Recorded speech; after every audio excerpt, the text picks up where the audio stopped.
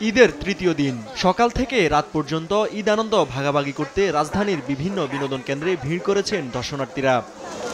বিশ্বমানের থার্মিক্স রড, সালাম স্টিল থার্মিক্স, দেশের একমাত্র থার্মিক্স রড। মিরপুর চিড়িয়াখানায় শিশু কিশোর সহ সব বয়সী মানুষের ঢল নামে। কেউ এসেছে বন্ধুদের নিয়ে, কেউ বা শিশু সন্তানকে সঙ্গে নিয়ে। আমার সন্তানদের সবাইকে নিয়ে আসছি। আজকের ঈদের দিন ভালো লাগা, কোথায় ঘুরতে যাব, তো এই জায়গাটা পছন্দ হইলো, খুব ভালো লাগছে আর কি।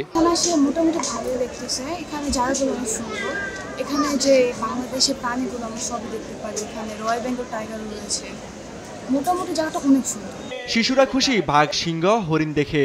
আমি বাঘ দেখছি, কুমির দেখছি, সিংহ দেখছি, ময়ূর, এগুলো দেখে বাঘ ভালো লাগছে। অনেক কিছু বাঘ, সিংহ দেখছি, পাখি দেখছি, বানর দেখছি, বাঘ দেখছি, সিংহ দেখছি, হরিণ দেখছি, অনেক কিছু দেখছি। বিকেলে জমজমাট হয় সামরিক জাদুঘরে। অভিভাবকরা বলছেন মুক্তিযুদ্ধে সামরিক বাহিনীর অবদান সম্পর্কে শিশু কিশোরদের ধারণা দিতেই জাদুঘরে আসা। ছোট্ট সোনামণিরাও খুশি জাদুঘর দেখে।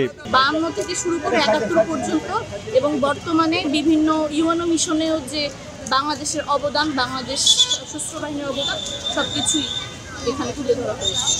ইতিহাসের অনেক কিছুই আমরা জানলাম, বাচ্চারা বিশেষ করে যারা জানেন এখন অনেক কিছু, কারণ আমরা তো 80 দশকের বাচ্চা, তো আমরা অনেক কিছু জানি, জানতে চাইতে বড় হয়েছি।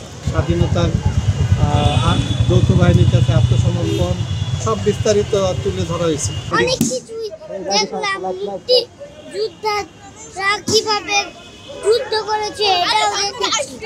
3 ধরনের বাহিনীর অনেক আগের জিনিসপত্র ছিল, লঞ্চার, বন্দুক, ড্রেস, পদবী। শিশু কিশোরদের জন্য পর্যাপ্ত বিনোদন কেন্দ্র নির্মাণের দাবি জানান দর্শনার্থীরা। ইউসুফ ভুঁইয়া, দেশ টিভি, ঢাকা।